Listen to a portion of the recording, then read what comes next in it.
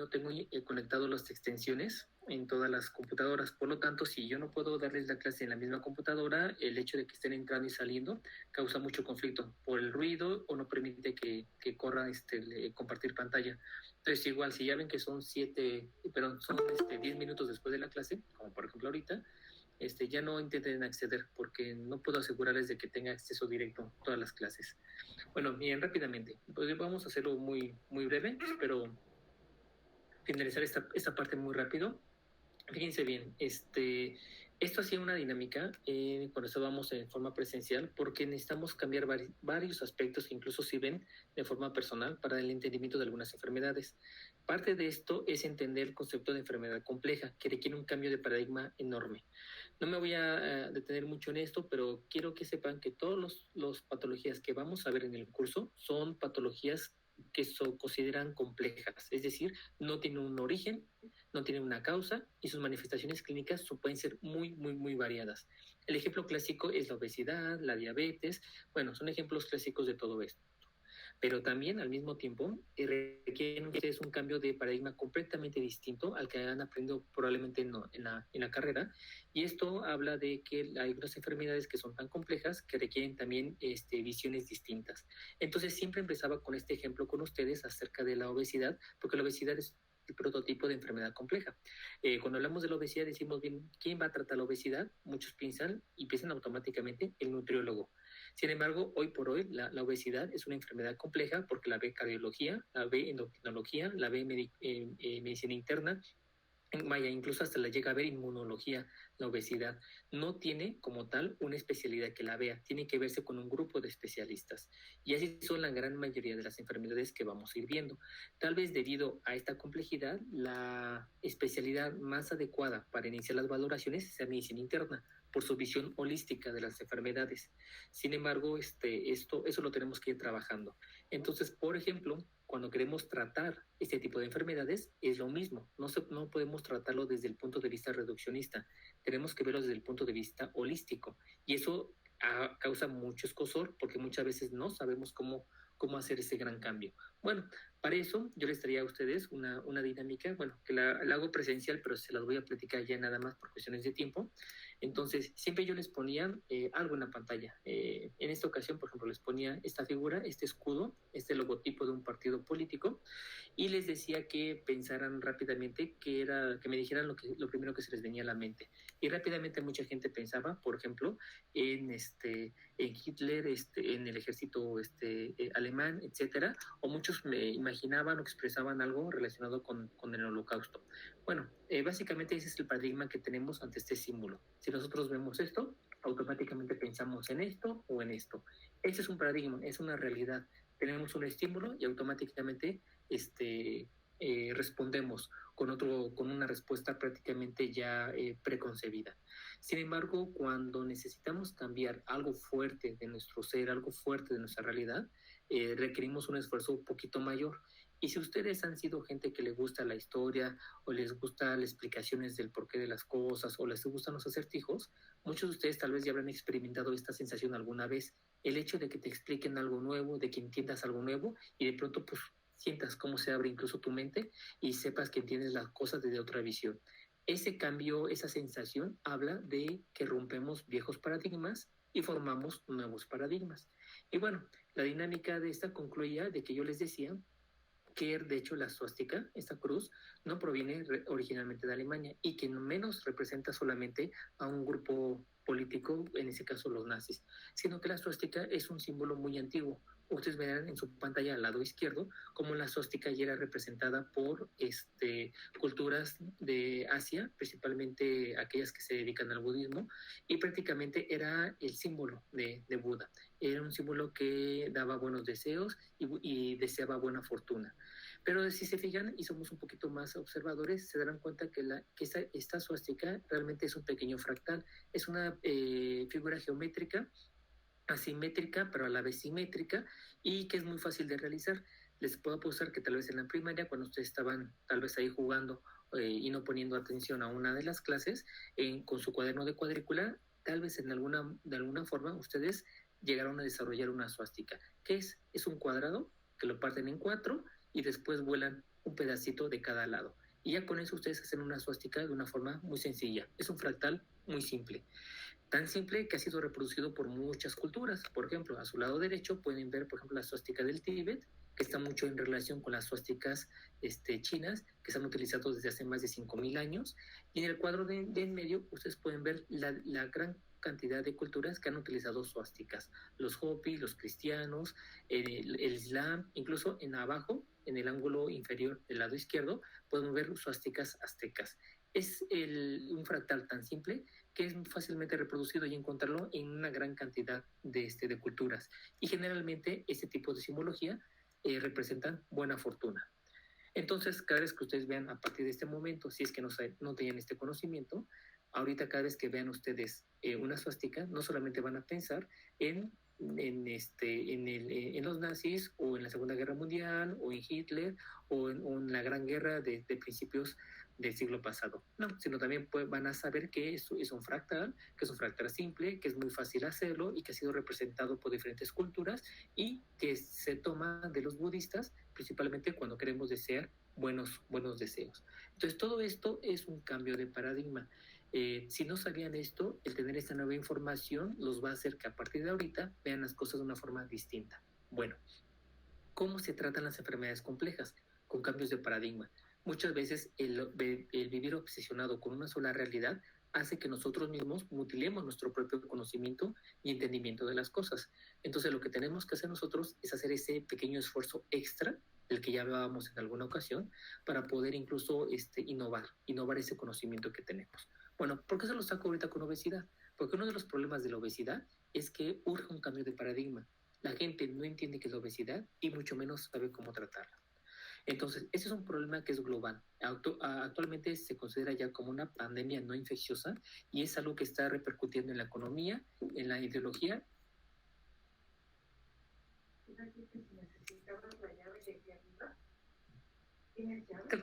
Sí, gracias, doctora. Okay. Y entonces ese tipo de problemas a nivel social se han hecho incluso problemas a nivel económico y político. Por lo tanto, ¿qué necesitamos entender primero? Que la obesidad es un gran monstruo, es un monstruo completamente gigantesco, complejo, fisiopatológicamente es algo bastante difícil de comprender y que la forma de solucionarlo y de tratarlo requiere un monstruo completamente igual, que incluso escapa al paciente, escapa a su médico, escapa a su grupo de personal médico e incluso tiene que tener el tamaño de una política pública a nivel nacional o mundial para poderlo combatir. A ese grado escapa. Y esos son los pequeños cambios de paradigma que tenemos que hacer. Algo muy triste que vemos en la consulta es que el médico regaña al paciente porque no ha bajado de peso, pero no sabe ni siquiera qué aconsejarle para que baje de peso, simplemente lo regaña. Y peor aún, el médico que está detrás del escritorio tiene obesidad.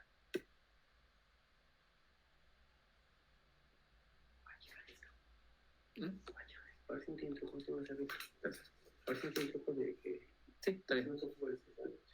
Bueno, muy bien. Entonces, la Academia Nacional de Medicina ha definido el problema de la obesidad con una serie de circunstancias bastante complejas que incluso ponen en riesgo la pérdida de la salud. Mucha gente incluso pensaba que el estado de obesidad o de sobrepeso era un estado normal o una variante fenotípica del cuerpo humano. Y no, actualmente se considera ya algo patológico en todos sus sentidos. Y no solamente la obesidad, sino también el sobrepeso. Vivimos durante los últimos 30 años una transición epidemiológica que nos llevaba desde la desnutrición a enfermedades infecciosas hasta la obesidad y la consecuencia de la obesidad, como la diabetes, la enfermedad cardiovascular. Pero al mismo tiempo se estaban ideando estrategias que llegaban tarde, pero el objetivo era detener esa transición y obviamente mejorar el pronóstico de las personas. Estas medidas iban acorde con acuerdos internacionales, incluso la OMS, la FAO y otro tipo de sociedades estaba encaminada a lograr una sistematización de la atención y un mejor entendimiento de la obesidad. Sin embargo, todos estos proyectos desafortunadamente fracasaron porque no se entendía el concepto básico. La obesidad es una entidad compleja y debido a esto, muchos tratamientos y muchas políticas pues caían en el fracaso. Entonces comenzó a surgir, se comenzó a analizar cuáles eran las pautas por las cuales se fracasaba y una de las más importantes era que el médico, el líder del grupo médico, sea, no solamente médicos, sino enfermeras, nutriólogos, psicólogos, trabajadores sociales, todo ese compendio de personal médico, liderados por el médico, carecía de una pieza fundamental, y era que no entendíamos qué era la obesidad. Entonces comenzaron a surgir diferentes estudios que trataban de darle una visión diferente y lograr ese cambio de paradigma. Estos son pequeños extractos de un artículo que se publicó como en el 2013-14 en el Nacho, donde decía esta frase: mucha gente piensa que la sobreingesta es resultado de una falta de fuerza de voluntad, pero la conducta alimentaria está bajo un intenso control biológico. Mucha gente incluso piensa en la consulta que la gente es gorda porque quiere estar así, que eso tiene obesidad porque quiere estar así, no lo ve como una enfermedad. Criticaríamos a alguien que tiene cáncer, por ejemplo, a un niño que le da leucemia, donde no ha fumado, no ha estado expuesto a herbicidas, no ha tenido después de su vida, simplemente le tocó la mala suerte de tener una leucemia, pero lo criticaríamos.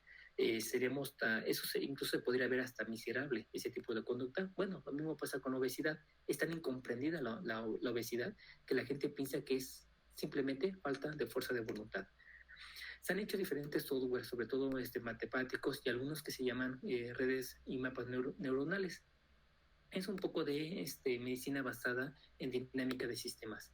Lo que ha hecho estos mapas neuronales es que han evidenciado que la ingesta, o sea, el hecho de que la gente no pueda dejar de comer, está programada y cercanamente gobernada por mecanismos fisiológicos y bioquímicos. Entonces, esto hace que sea una entidad bastante compleja y demasiado profunda. Imagínense ustedes un día que se desvelaron ya 2 noches seguidas, que están cayendo de sueño, y que alguien les dijera: bueno, te da sueño porque quieres. Si tú quisieras, no tendrías sueño, ¿no? Y ustedes entienden que no han dormido, que tienen sus niveles de cortisol alterados y que tienen una serie de proteínas y enzimas ya aumentadas en su cuerpo que lo está provocando que se duerman. Y lo más seguro es que se duerman en cualquier momento, al conducir, al ir en el metro, al estar leyendo, al estar viendo la televisión, incluso al comer, lo más seguro es que se queden dormidos, porque existen ya mecanismos bioquímicos y fisiológicos que lo están controlando.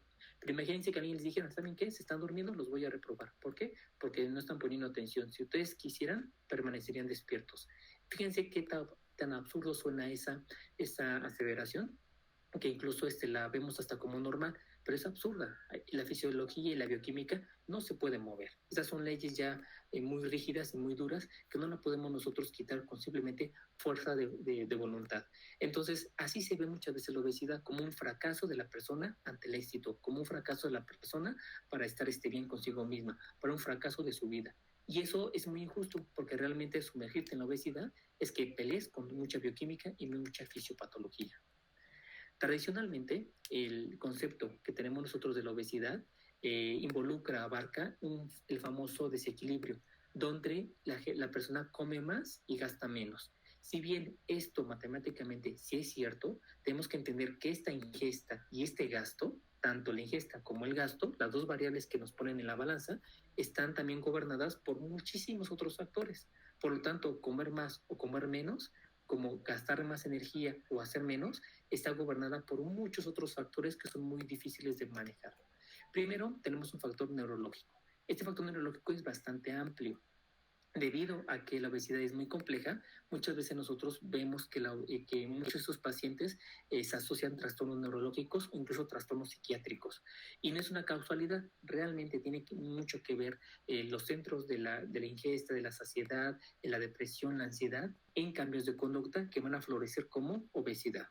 Pero eso no solamente es así, sino estos mismos intercambios de neurotransmisores, de formación de nuevos mapas neuronales, también está a su vez gobernada e influida por otros factores. Por ejemplo, el tejido adiposo, que en algún tiempo, por eso les pido mucho esa tarea de análisis del tejido adiposo, muchas veces se pensaba que la grasa no sería para nada, o simplemente era un gran reservorio de energía, pero no. Hoy por hoy, tanto en medicina interna como en endocrinología ya lo consideran un órgano endocrino, donde una serie de cascadas bioquímicas y hormonales pueden influir mucho sobre el peso, sobre el riesgo cardiovascular y sobre otros sistemas, pero todo nace en el compendio del tejido adiposo. El páncreas, el intestino, la genética son otras áreas también que se han involucrado mucho en el entendimiento de la fisiopatología de la obesidad, y que todos estos de forma directa o indirecta van a influir sobre el tálamo y el hipotálamo para la regulación incluso de los pensamientos a ese grado. Por ejemplo, recuerdo mucho cuando les platico de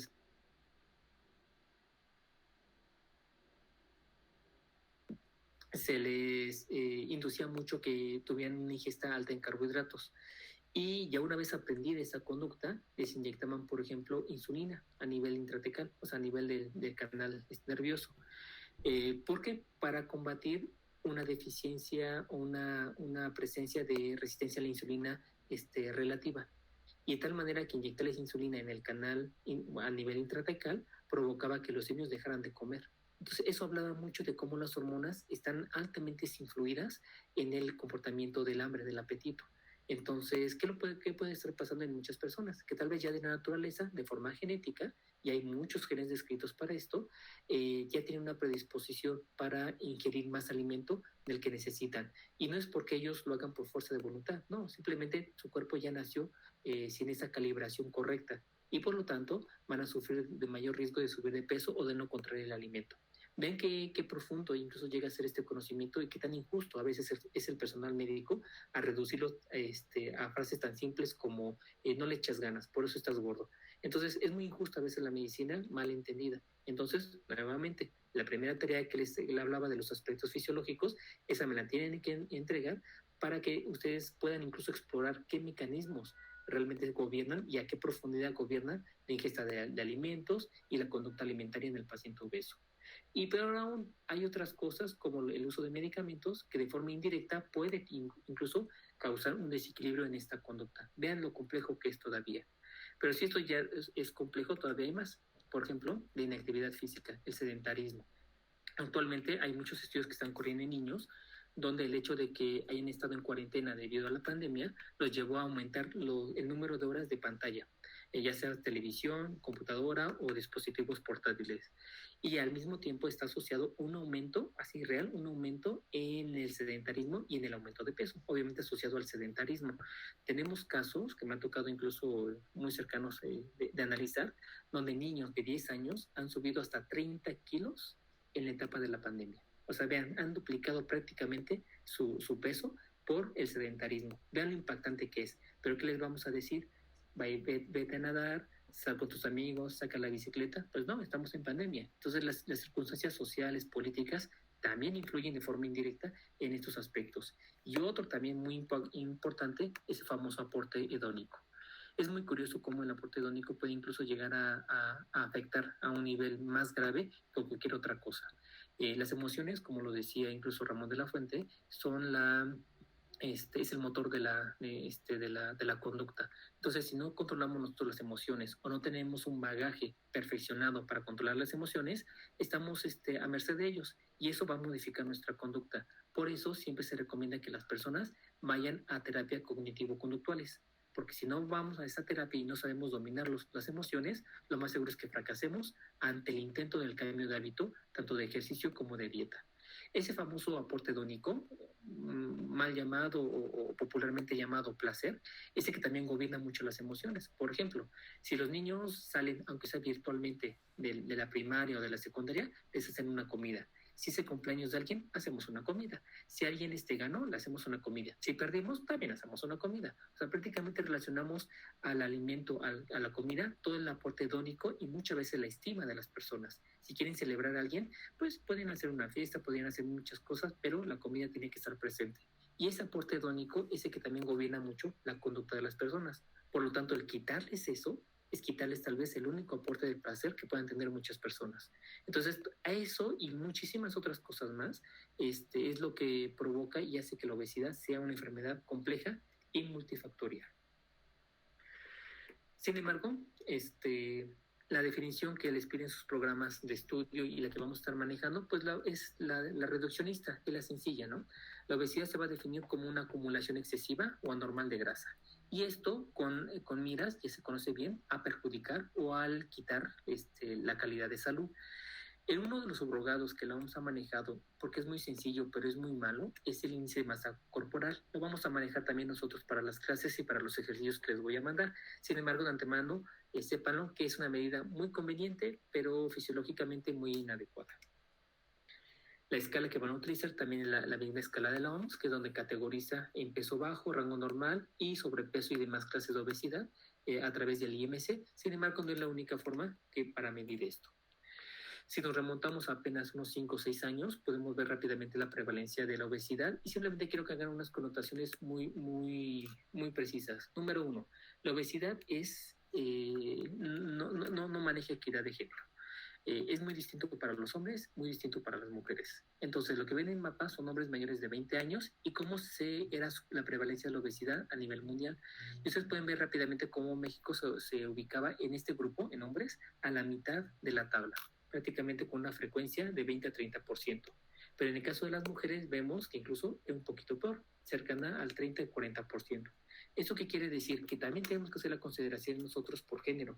No es lo mismo la obesidad en hombres a los 20 años que a los 30, que a los 60 años. Varía. Pero aún así el estado metabólico es mucho mejor que en el caso de las mujeres. Si las mujeres tienen, por ejemplo, una obesidad, pero mantienen aspectos de salud en otros aspectos, pueden mantenerse hasta la década de los 40 y 50 años de una forma sana, entre comillas. Pero arriba de los 50 años, ya cuando llega el proceso posmenopáusico, la obesidad puede incluso acrecentarse demasiado e iguala en riesgo cardiovascular al hombre. Aquí nada más quiero que vean así rápidamente, son gráficas, en la parte de abajo vemos los años y en la parte vertical vemos la prevalencia. Estamos aquí graficando sobrepeso y obesidad y equiobesidad. Y cada uno de estos diferentes tipos de categorías están de este lado, habla de hombres y mujeres, pero digamos, tanto el global como en desarrollo y en países no desarrollados. Y si ustedes se fijan, en términos generales, pueden ver que a mitad de la década de los 80, de los 90, pero en principios de los años 2000, hay una pequeña declinación, una pequeña inflexión, en la curva de forma ascendente. Esto fue consecuencia de los años 80 y principios de la década de los 90, donde hubo la mayor carga de alimentos procesados a nivel mundial, la famosa globalización que echó a perder la nutrición, incluso las dietas culturales de cada uno de los distintos países. Prácticamente la comida japonesa no fue la misma, la comida mexicana muy rica y muy variada también no dejó de ser la misma, la comida española, por ejemplo, se modificó demasiado con la introducción de los carbohidratos simples y podemos ver cómo a partir de 1996 en adelante hubo esa inflexión positiva donde vimos un cambio, un aumento del sobrepeso y la obesidad. Si analizamos el contexto de México, por ejemplo, en los países de la Organización para la Cooperación y Desarrollo Económico, vemos rápidamente esta columna azul representa el promedio, digamos, de estos países. Y vean cómo para la primera década de este siglo, México ya se ubicaba en el segundo lugar en prevalencia de obesidad, de un crecimiento ya ponderado. Y obviamente esto llamó mucho la atención porque si nos remontamos nuevamente a la década de los 90, podemos ver que todos los países, tal vez un poquito antes Estados Unidos, tenían esa inflexión positiva ascendente. Lo que ven en pantalla es la tasa de obesidad programada en las primeras décadas de este siglo. Y ahí rápidamente podemos ver cómo hay países como Italia que tuvieron un incremento, después una meseta y después hasta una leve reducción. Este fenómeno fue muy similar, por ejemplo, en países como Inglaterra, en países como Suiza o Corea, donde el crecimiento no fue tan ostentoso. Pero vean, por ejemplo, en el caso de México. En el caso de México, tal vez junto con Australia, marca un aumento lineal prácticamente. Entonces, vean cómo en México las políticas y la reeducación en estos aspectos no tuvo realmente un verdadero impacto. Ahora, sabemos que México es de los países con mayor obesidad en el mundo, sabemos que México vive mucho ese tipo de problemas, pero realmente ¿por qué es mala la obesidad? Lo primero que hablamos cuando vamos a simposios de medicina de primer contacto o médicos familiares, lo primero que nos dicen, y es muy curioso, por no decir penoso, que manejan la estética, primero como la principal causa, el principal impacto negativo que tiene la obesidad, es la estética. La gente se deforma, la gente se ve mal, o sea, es increíble que eso opinen incluso médicos. Realmente la estética viene siendo no solamente secundario, sino terciario en importancia. Si bien es importante la belleza y la estética también en la medicina, la verdad es que la obesidad causa cosas muchísimo peores que esto. La segunda respuesta que sí tienen bien atinarle los médicos familiares es que la obesidad afecta e impacta mucho sobre los infartos y sobre la diabetes, lo cual obviamente hay una gran asociación. Pero más, Es triste también ver que ya las opiniones acaban solamente con decir eso: diabetes, enfermedades cardiovasculares y estética. Pero la obesidad, ¿qué más afecta? ¿Qué más afectará? Bueno, hay mucha evidencia sobre todo para meterlo como factor independiente para muchas patologías. Uno de esos es esta: la obesidad como tal incrementa el riesgo de muerte. Ven rápidamente la gráfica que tenemos ahí abajo. Tenemos, por ejemplo, el IMC en la parte horizontal y el riesgo relativo en la parte vertical. Prácticamente cuando hablamos de un riesgo relativo arriba de 2, 4, ya estamos hablando de una verdadera asociación o una probable asociación entre dos variables distintas. Pero vean rápidamente esto. Aquí tenemos el grupo de sujetos que tienen un peso normal, de 22 a 25, 26 más o menos. Ahí el riesgo de mortalidad es de 1, es decir, no hay impacto. El peso en ese momento no impacta ni a favor ni en contra de la obesidad, de la mortalidad. Y aquí reconocemos rápidamente el grupo de los desnutridos. Vean cómo incrementa incluso a 2 el riesgo relativo de mortalidad en sujetos desnutridos. Eso lo sabemos, ¿no? O sea, rápidamente las imágenes de niños desnutridos en África o grupos étnicos, alguno en particular, etcétera, ¿no? La desnutrición compromete la vida, lo sabemos, ¿no?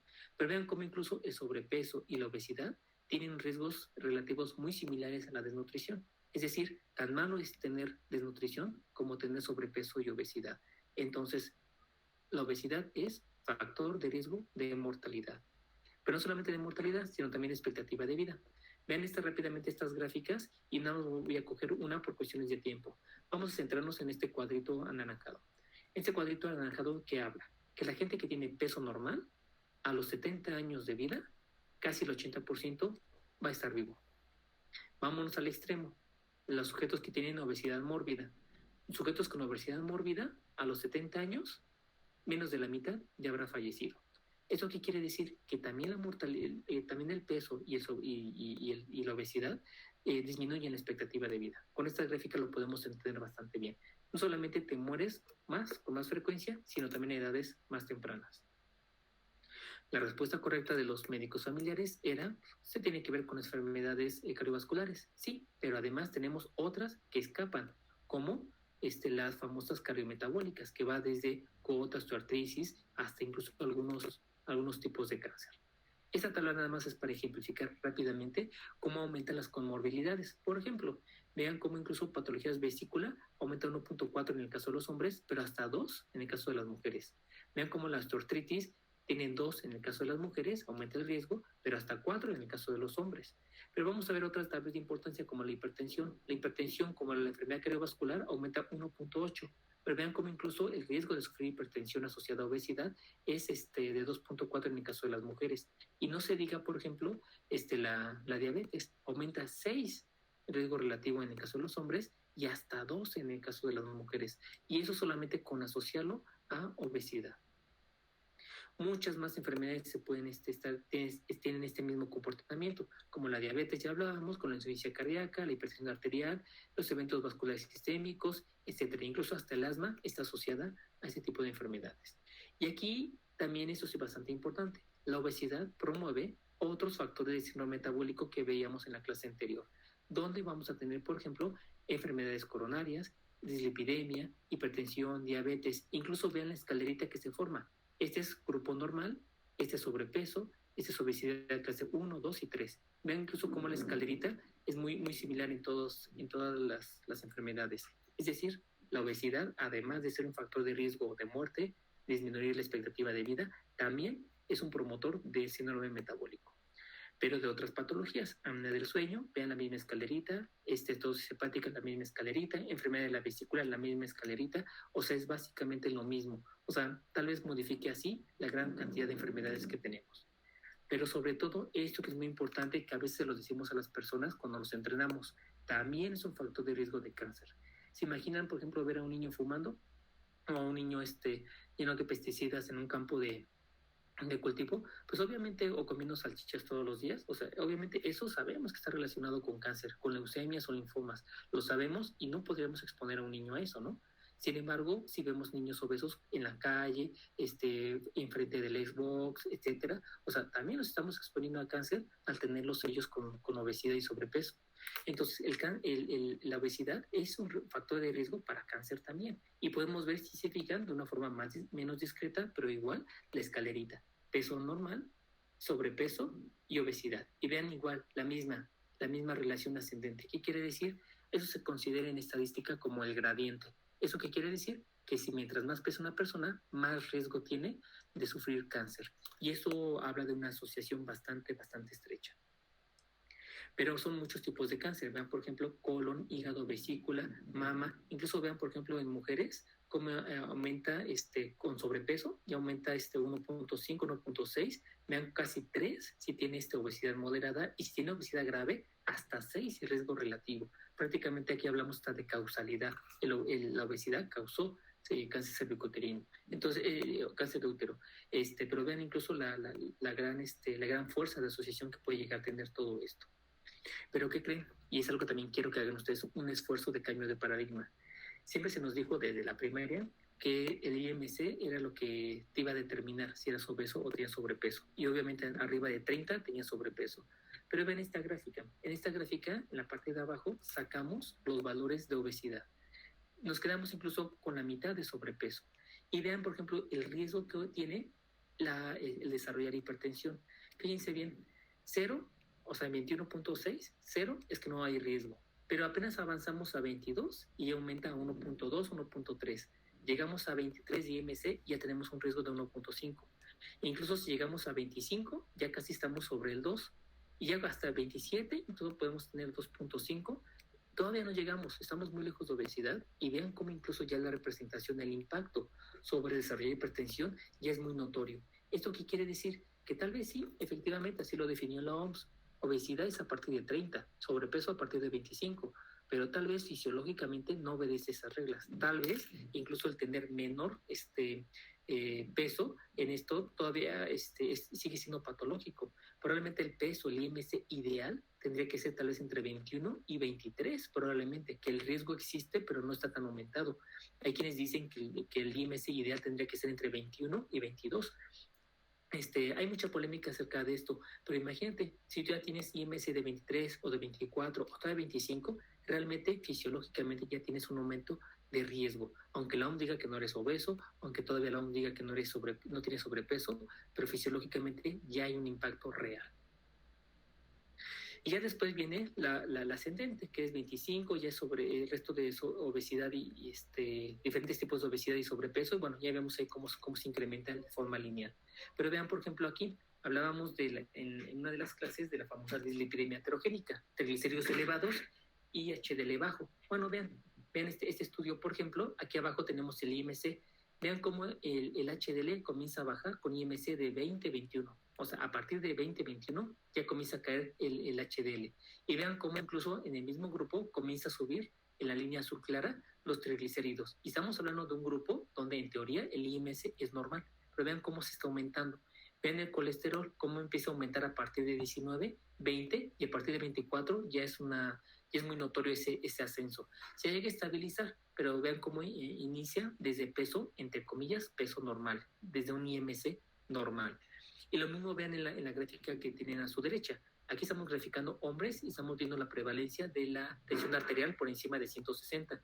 Vean cómo en 18 es de 10%, en 20 es de 10%, pero a partir de 22, 23 o 24, vean cómo empieza desde aquí, desde el 21-22, la línea ascendente. Es decir, aumenta el riesgo, la prevalencia, de tener tensión arterial elevada simplemente con IMC de 20-23. Vean incluso lo interesante. ¿Qué quiere decir? Esto fortalece mucho ese nuevo punto de corte que quieren sacar, donde el peso ideal sea un IMC entre 18, 20 a 22 probablemente. Por lo tanto, si ustedes saquen su IMC, si ya tienen 23, 24, pues ya están afectados. Si tienen 25, mucho más. Si llegan a 27, pues ya es el equivalente a tener obesidad. O sea, incluso vean el cambio tan importante que va a haber en el paradigma y en el entendimiento de este tipo de enfermedades. Obviamente, para diabetes mellitus es ideal. Vean aquí cómo se categoriza. Y a partir de sobrepeso, o sea, no llegamos a obesidad, comienza a aumentar el riesgo relativo de sufrir diabetes. Y obviamente ya para cuando hablamos incluso de sobrepeso y obesidad, eso ya es bastante, bastante alto. Pero también eso ocurre con un estado previo, que es la prediabetes. Con la prediabetes también está relacionada, ya no le leo la gráfica, pero simplemente vean cómo incluso va aumentando conforme aumenta el peso de los sujetos. Pero hay más todavía. La obesidad tiene que ser erradicada por muchos otros aspectos, incluso no solamente fisiológicos y bioquímicos, sino también por psicológicos. Esta es una relación que hay entre la depresión y la obesidad. Y esa relación ha sido bastante pues mal llamada y desafortunadamente también muy poco entendida. Fíjense bien, simplemente, muchas veces los pacientes que tienen obesidad cursan con depresión. Y muchos dicen, es que por la obesidad tiene depresión. Pero hay gente que lo maneja al revés. Es que la depresión lo ha llevado a aislarse y a comer de más y por lo tanto por eso tiene obesidad. De forma bidireccional se da el fenómeno realmente. Entonces una puede ser consecuencia de la otra y viceversa. Y eso que ven en pantalla rápidamente son digamos, el porcentaje de sujetos que han encontrado con depresión, pero que han cursado con alguna relación con obesidad. Y vean rápidamente cómo la gente que no tiene depresión habitualmente pesa menos que la gente que tiene depresión. Pero también afecta negativamente la calidad de vida. Y aquí empiezan las cosas más importantes, porque uno pensaría que alguien que está gordito es feliz y no, realmente tiene muchísimos problemas. No les doy detalle de la gráfica, solamente vean las barras que van hacia abajo, los números rojos. Es el número de puntos perdidos en una escala de calidad de vida. Entonces vean cómo la gente que tiene sobrepeso ya perdió 1.4 puntos, la gente que tiene clase 1 ya perdió casi 3 puntos, la gente con clase 2 ya perdió casi 4 puntos, pero los obesos con clase 3 ya perdieron casi 9 puntos de calidad de vida de un ítem de 36. Por lo tanto, vean que incluso hasta llegan a perder una tercera parte de ese puntaje simplemente por tener obesidad. Y así podemos seguir buscando muchas relaciones, pero realmente ya se sabe que afecta la esfera física, la esfera psicológica, incluso la esfera sexual, incluso en mayor grado que la psicológica y que la física. O sea, realmente el problema, incluso sexual, en mucha gente con obesidad es bastante grave y llega incluso hasta una tercera parte de ellos en afección. Esta gráfica les mostré una similar de mortalidad. Esta es invertida. Pero también califica la calidad de vida. Y ustedes pueden ver lo mismo y es muy comprensible. La gente que tiene desnutrición tiene una calidad de vida muy baja, igual que la gente con sobrepeso y obesidad. Por lo tanto, tan mal es estar obeso como desnutrido. Y eso tiene que ver mucho con las funciones, sobre todo física. Ese es parte del mismo ítem del anterior, donde evaluaban la calidad de vida, pero digamos en el subgrupo de la función física. Y pueden ver ustedes exactamente lo mismo. Vean cómo incluso aquí es muy evidente que en el caso de las mujeres se ven ampliamente más afectadas que en el caso de los hombres. Pero si esto no fuese suficiente, hay más. Desafortunadamente, ser obeso es muy costoso. Aumenta 27% más las visitas al médico, los costos de internamiento casi son 50% más y el uso de medicamentos, el costo, es hasta 80% más caros en la gente con obesidad. Entonces, no solamente hay un estado metabólico que te provoca tener más enfermedades, sino además te va a dificultar que las puedas costear adecuadamente. Todo eso es el impacto y es la gran red de obesidad que existe. Realmente es una entidad bastante compleja. Por eso cuando yo escucho que en la consulta externa le dicen, ay señora, no bajó, ya subió 1 kilo de peso, hay que echarle ganas, hay que no sea flojita, hay que hacer correr, realmente es muy cruel, porque muchas veces la gente sí lo hace, pero es tan compleja la enfermedad que no es suficiente. Vivimos un país en crisis en muchos sentidos. La crisis de valores es la que yo no quiero que ustedes se vean sumergidos. Respeten reglamentos, sean ordenados. El país necesita de la gente más preparada y ustedes van a ser del sector tal vez público mayor preparado. Tenemos una crisis bastante fuerte en este aspecto, pero no es de ahorita y eso es lo que yo quiero que ustedes entiendan y me sentiré satisfecho si al final de esta charla ya al menos comparten esa opinión. No obstante, se publicó hace unos años, no obstante los altos índices de desnutrición en nuestro país, comienza a generarse otro problema de salud pública, la obesidad. Esta no es exclusiva de los países más ricos. De hecho, entre menos poder adquisitivo se tiene, el consumo de alimentos se basa más en un exceso de grasas, azúcares, aditivos, los cuales en grandes cantidades dan, etcétera. Diciembre de 1909. Ya se conocía el problema de antes, pero volvemos a lo mismo. Es tan complejo y sobre todo los médicos quieren ser tan sordos a esta complejidad que realmente no la entienden y por lo tanto, si no la entienden, pues ¿cómo la vas a prevenir? ¿Cómo la vas a tratar? Entonces, esto es bastante, bastante complejo. Hace más o menos 40 años empezaron algunas técnicas, algunos programas sociales, pero realmente todo eso no funcionó. De hecho, aumentó el porcentaje, se triplicó incluso el porcentaje de personas con obesidad. Y actualmente ese problema ya ha impactado incluso diferentes esferas, muchas de esas la económica, sobre todo la productividad laboral. Tristemente, la gente con mayor obesidad, así se diga que no es cierto, sí tiene menor producción, tiene menor productividad laboral y por lo tanto le cuestan más a la nación. El panorama ha ido evolucionando, ha ido cambiando. Para finales de la primera década de este siglo ya México ocupaba el segundo lugar con el mayor porcentaje de obesos, pero 3 años después, el 9 de julio del 2013, la revista Forbes publica: Estados Unidos ha cedido el primer puesto como el país con mayor índice de obesidad a nivel internacional. El título ya pertenece a México. Hace casi 10 años que se publicó esto, ya nos encontrábamos nosotros en el primer lugar. 7 de cada 10 mexicanos adultos ya contaba con sobrepeso y obesidad. Y obviamente esto tiene mucho que ver con la mortalidad del mexicano. Se enferma de corazón, se enferma de diabetes y se enferma de cáncer. De eso fallece el mexicano. Las tres altamente relacionadas con el sobrepeso y la obesidad. Llevamos más o menos nosotros casi 240,000 muertos de COVID ya para estas fechas, después de año y medio de pandemia. Bueno, simplemente en el 2012, por mencionar los datos más confiables, los del INEGI actuales no son muy confiables, pero prácticamente ahí se tuvieron 602,354 defunciones en 2012. La mitad de ellos asociadas a sobrepeso y obesidad.